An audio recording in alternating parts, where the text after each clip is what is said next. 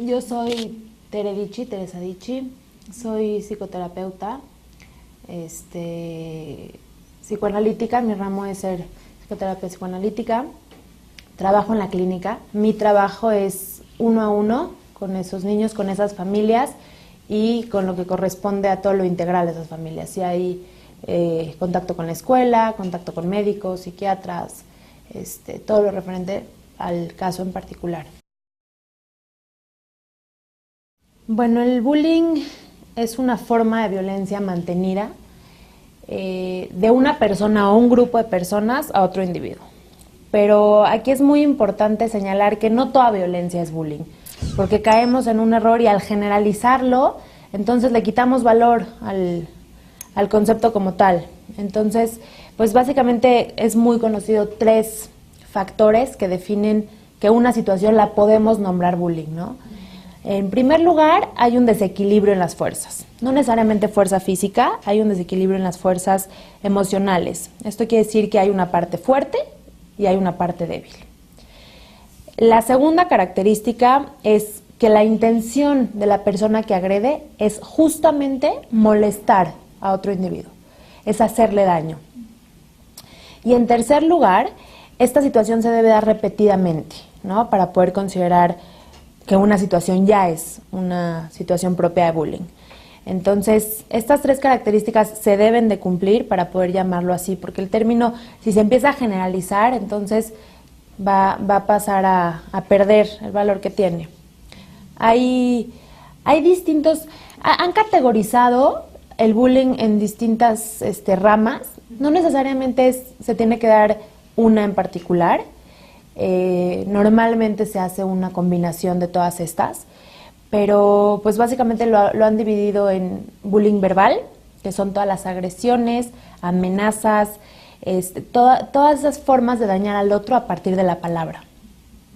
Está el bullying social, que es utilizar al grupo como una herramienta para molestar, ¿no? O sea, como una herramienta para hacer sentir al otro menos, exclusión, separación, burla. Está el bullying físico, que bueno, son golpes, todo lo que tenga que referente con el cuerpo y la otra persona. En entra utilización de armas, todo lo que nos podamos imaginar para hacerle daño a otra persona.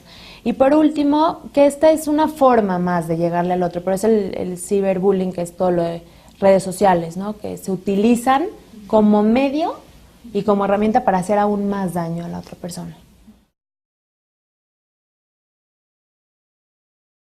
Me gustaría que pensemos el bullying, no sé si de forma un poco más amplia. Vamos a pensarlo como un sistema, ¿no? En el que no nada más son 2 partes. No podemos pensar en el niño bully o en el niño bullying. No existiría uno sin el otro, ¿sí? Esto es algo muy común y ya muy escuchado, pero a mí me gustaría incluir en este sistema una tercera parte, que es el entorno, ¿ok? Entonces tenemos por una parte el niño bully, que es el que agrede. Tenemos por otra parte el niño que recibe toda esta agresión, que es el niño buleado, como lo conocemos comúnmente. Y está una tercera parte, que es el entorno. ¿Por qué la nombro tan importante? El entorno comprende familia, escuela, amigos, escenarios, ambientes facilitadores, todo aquello que, como no es parte de la solución, es parte del problema. Y por lo tanto, no tomarlo en cuenta sería un error gravísimo. ¿Por qué? Porque tenemos otra herramienta ahí para actuar, ¿sí?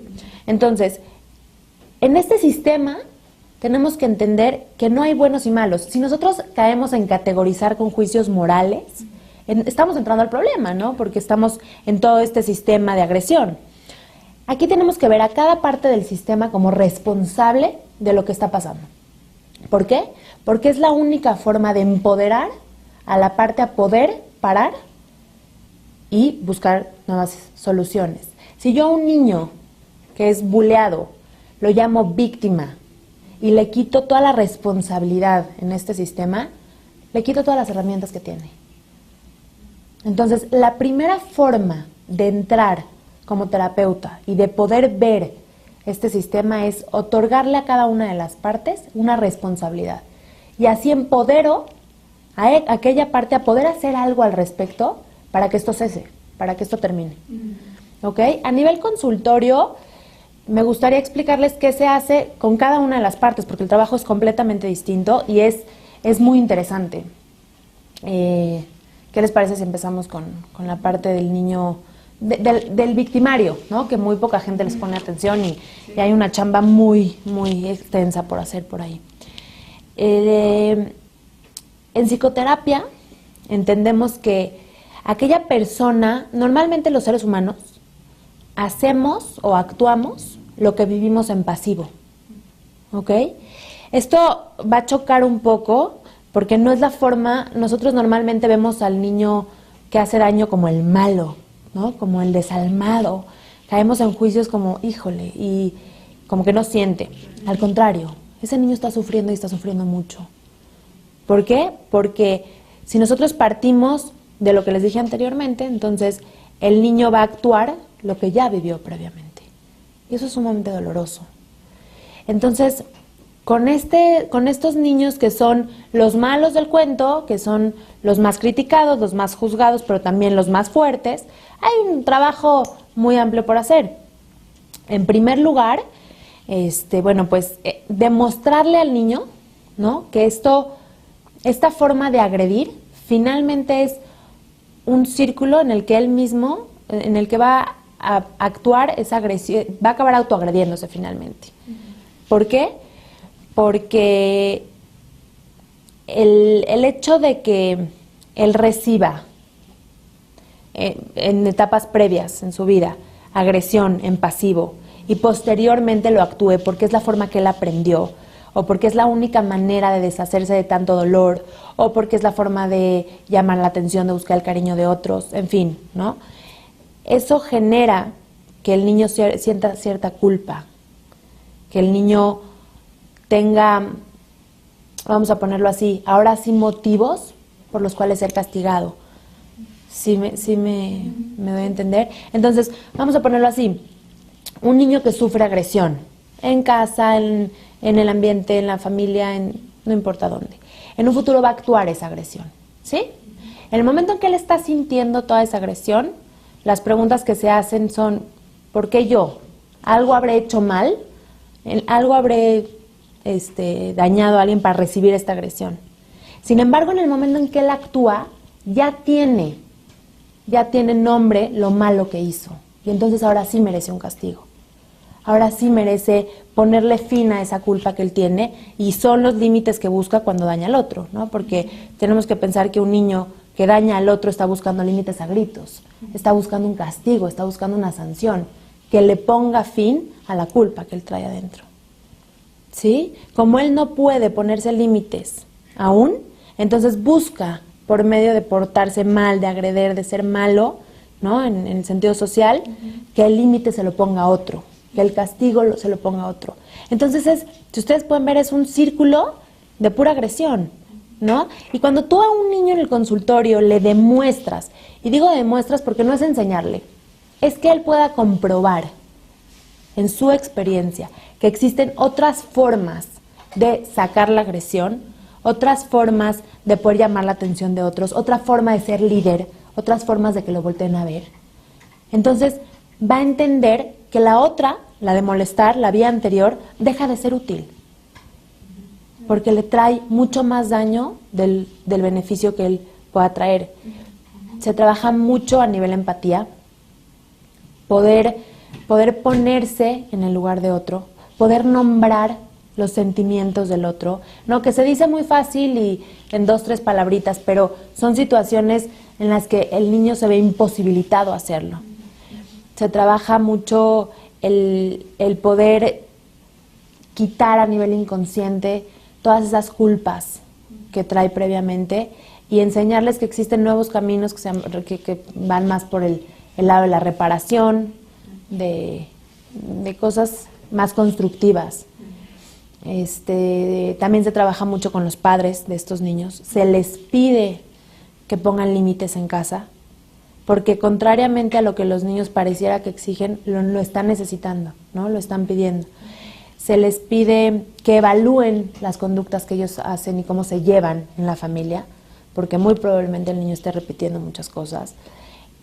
No pensemos la agresión de los padres solamente con golpes o con groserías, no. Pensemos que un padre que no le pone límites a un niño es muy agresivo. Pensemos un padre que no voltea a ver a un niño, es muy agresivo. Entonces, toda esta forma de agresión es lo que los niños actúan después. Y entonces, si nosotros cortamos de raíz y en donde se generó, muy probablemente la forma de operar del niño cambia por completo. También es muy importante generar en el niño una conciencia de lo que puede pasar después, que generalmente los niños no la tienen, ¿no? Los niños piensan en el hoy, en el mañana y ya. Entonces, cuando tú con un niño le demuestras que lo que hace hoy trae consecuencias mañana y él lo puede ver tangible, en ese momento el niño puede comprender también que él podría estar en el lugar del otro en un futuro, ¿no? O sea, generas en el niño pequeñito una capacidad reflexiva que le da muchas herramientas y puede entender la importancia de parar con eso, ¿no? Eso es más a nivel del niño, del victimario. Bueno, pues al nivel del niño que sufre, en este caso de bullying, también hay mucho por hacer, ¿no? En primer lugar, la psicoterapia psicoanalítica, lo que pensamos es que el vínculo niño-terapeuta es vamos a suponer que como un pequeño laboratorio del mundo allá afuera. Entonces, todo a partir de la relación. Cuando el niño empieza a vivir una relación con el terapeuta de respeto, de escucha, de entendimiento, en donde él tiene un lugar en el tratamiento, es ahí donde empieza el cambio. El cambio se da a dos niveles. En primer lugar está la parte inconsciente, ¿no? Que son todas estas cosas que van más allá de lo que se dice en terapia, que se colocan en el juego, que se colocan en el vínculo, que se colocan en la relación. Y aquí lo que se trabaja mucho es precisamente cuestionar qué culpas o qué deudas está pagando el niño al dejarse agredir, al permitir que esto continúe. Y entonces se pueden ver varias cosas familiares de la infancia muy temprana del niño. En segundo lugar, se trabaja mucho la restitución de derechos y obligaciones del niño, pero a nivel inconsciente. ¿Qué quiere decir esto? No los derechos constitucionales, ¿no? Los derechos yo tengo derecho a que no me golpeen, ¿no? A que me respeten, pero también tengo la obligación de hacerme respetar. ¿Sí me explico? Yo tengo, la persona tiene el derecho, o sea, tiene la obligación de no agredirme, tiene la obligación de no pegarme, ¿sí? Pero en ese sentido, no nada más es su obligación, su derecho es ser respetuoso con los demás. O sea, es toda una serie de pasar de lo pasivo a lo activo con un niño bully, con un niño que sufre todo esto, con un niño bulleado. Entonces, vamos a ponerlo así, se trabaja mucho a nivel inconsciente, se trabaja mucho esta restitución de derechos en las que no puede verse él como víctima. Al contrario, vamos a empoderarlo, vamos a darle a entender qué responsabilidad está jugando él aquí, qué está haciendo para que esto continúe. ¿Sí me explico? Nosotros normalmente en psicoterapia entendemos que cuando una situación tiene una repetición, hay muchas consecuencias negativas, pero también desgraciadamente aprendemos a ganar ganancias secundarias de todo esto. Hay consecuencias positivas. Suena fuerte que un niño gane algo de esto, pero es real. Un niño de no ser visto, de no ser tocado, de no pertenecer, ocupando el lugar del niño molestado, ocupa un lugar. Lo voltean a ver, es alguien. Tiene una misión en ese grupo. Depositan en él algo, sirve para algo. ¿Sí me explico? Entonces es importante hacerle notar la importancia y la fuerza que tiene, porque tiene ese lugar. ¿Sí? Y en ese momento poder revertir esa posición y colocarse en otro lado. Es muy importante trabajar la asertividad, el aprender a decir que no, la inteligencia emocional, conocerse. Si nosotros ayudamos a un niño a que se conozca y a que su persona sea su herramienta, le quitamos absolutamente el miedo. ¿Por qué? Porque sabe de lo que es capaz, ¿sí? Porque sabe a lo que puede llegar. Y un niño sin miedo es un niño que nunca se va a dejar bullear, ¿no? Hay que darle mucha fuerza. Se trabaja mucho con el autoestima, con el autoconcepto. Se le dan muchas herramientas de resolución de problemas. Se trabaja mucho a nivel de herramientas sociales, de herramientas emocionales, el aprender a decir que no, el aprender a leer al otro, el ser empático también con el otro, porque hay dos tipos de niños buleados, los pasivos y los activos. Estamos hablando de que hay niños, cuando hablamos de activo, hay niños que se hacen bulear, ¿no? Hay niños que son especialmente molestos y buscan el maltrato, ¿sí? Entonces, en todo esto es importante primero identificar a la persona que viene al consultorio, cuál es su situación, y a partir de ahí poder crear un tratamiento a la medida de esa personita para ayudarlo, ¿no? Entendiendo todo el entorno. Es fácil hablar de qué se hace en situaciones generales, pero realmente cuando una situación ya está siendo muy particular, lo que yo les recomiendo es vayan con un especialista que entienda perfectamente el caso y entender por qué ese niño en particular está ocupando esa posición, ¿sí? La respuesta irá muy pegada a lo que está pasando en la casa, a lo que está pasando en la familia, incluso generacionalmente, ¿no? Es muy importante comprender que cada caso tiene sus particularidades y que se puede hablar de bullying siempre y cuando respetemos que cada caso va a ser distinto, ¿sí? Recetas de cocina no hay, pero existen ciertos caminos que si los conocemos podemos intervenir a muy buen tiempo. En primer lugar, lo que yo les recomiendo es, en México hay muy poca cultura de la prevención todavía, está como muy en pañales. Yo les diría, no se esperen a que la casa esté ardiendo en llamas. Cuando ya empiecen a ver signos que les despierten cierta incomodidad, que les despierten ciertos sentimientos de algo no está bien, en ese momento pidan ayuda. Las mamás tienen un sexto sentido, se llama intuición, y en el consultorio es una herramienta maravillosa, ¿sí? En ese momento vamos a prevenir, vamos a tomar situaciones desde antes, vamos a llevar a tratamientos sin necesidad de que solo sea ya actuar, que sea fortalecer al niño. Ahora, sí, hablando de las víctimas, hay víctimas activas, como te decía. Esos niños, yo creo que la gente que estamos familiarizados con niños son muy notorios. Son niños que buscan desagradar en su trato, en su forma de ser, son muy molestos para con los otros niños. Incluso si los niños les ponen cierto límite, ellos buscan rebasarlo para molestar al otro, para ponerse en ese papel de ser los molestos, los que caen mal. En ese sentido, sí, los niños ganan, como les decía, si el niño sigue buscando algo, es porque gana algo de eso, ¿sí?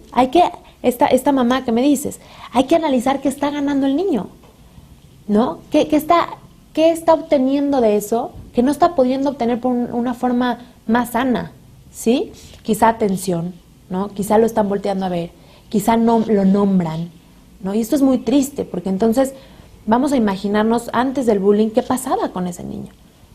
No lo volteaban a ver, no era nadie, no podía sentirse completamente transparente, invisible.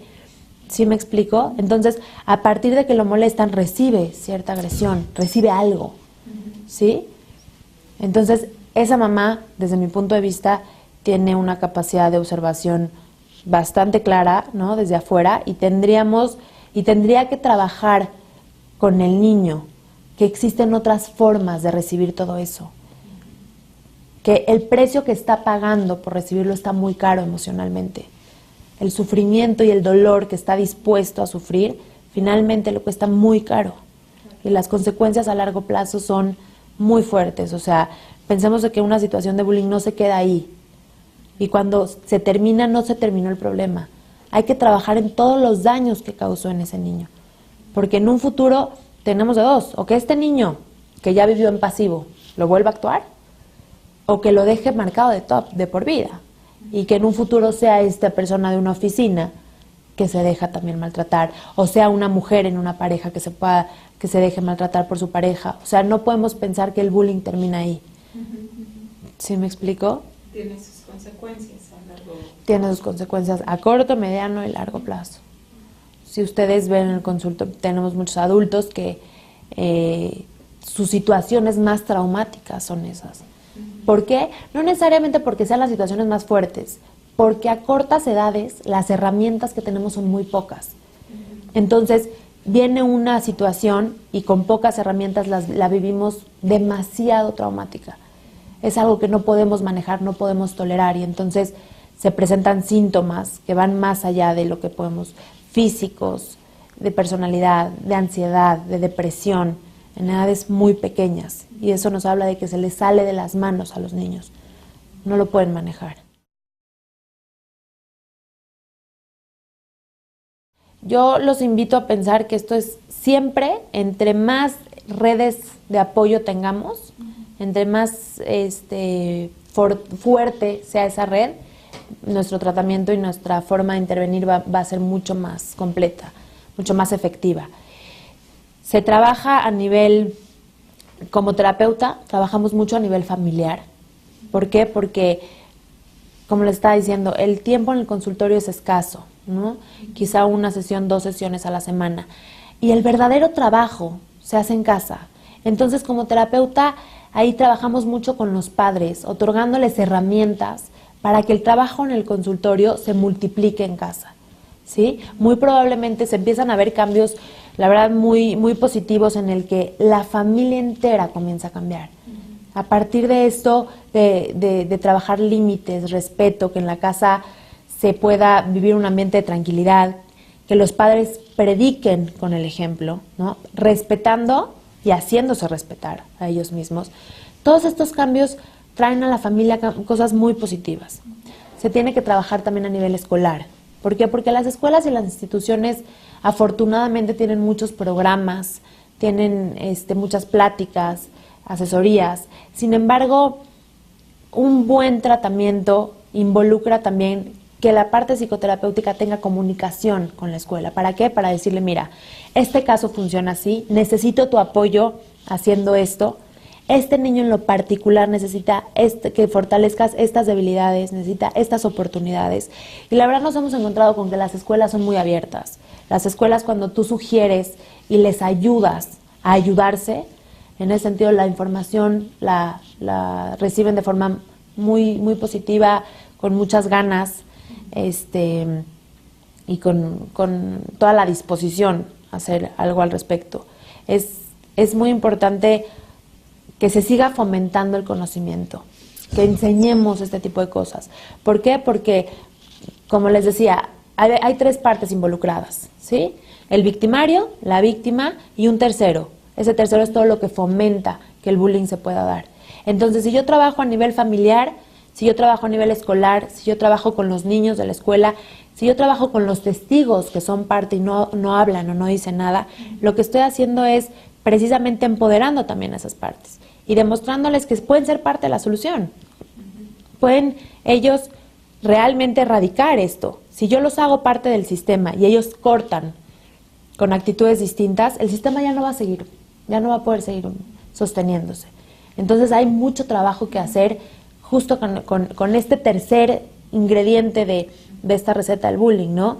Con los chavos que son partícipes pasivos, que no hablan, que no denuncian, con las familias que no voltean a ver a un niño deprimido que claramente está sufriendo, con las escuelas que se hacen de oídos sordos ante estas situaciones porque es muy, muy difícil o muy doloroso tratarlas. Y entonces, en ese momento, cuando nosotros fomentamos el hablar, el ser vocero, el denunciar, ¿sí? Y eso como cultura lo convertimos en algo positivo, en algo que se premia, en algo que trae muchas cosas buenas a todo esto. En ese momento estamos dando un corte a todo ese flujo de agresiones, de acoso, de abuso.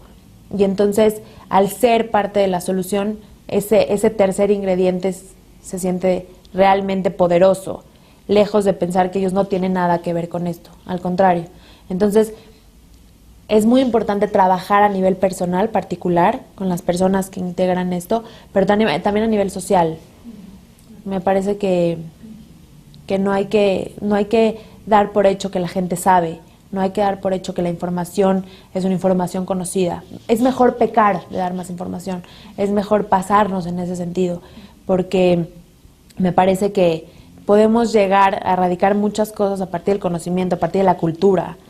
Entre más grande y entre más conocido se haga esto, más mal va a estar visto tolerarlo, más mal va a estar visto soportarlo, ¿no? Como sociedad tenemos que entender que eso no es común, eso no es normal. Esos son casos que no pueden seguir pasando, ¿no? No pueden seguir permitiendo que se fomente, que se haga, ¿no?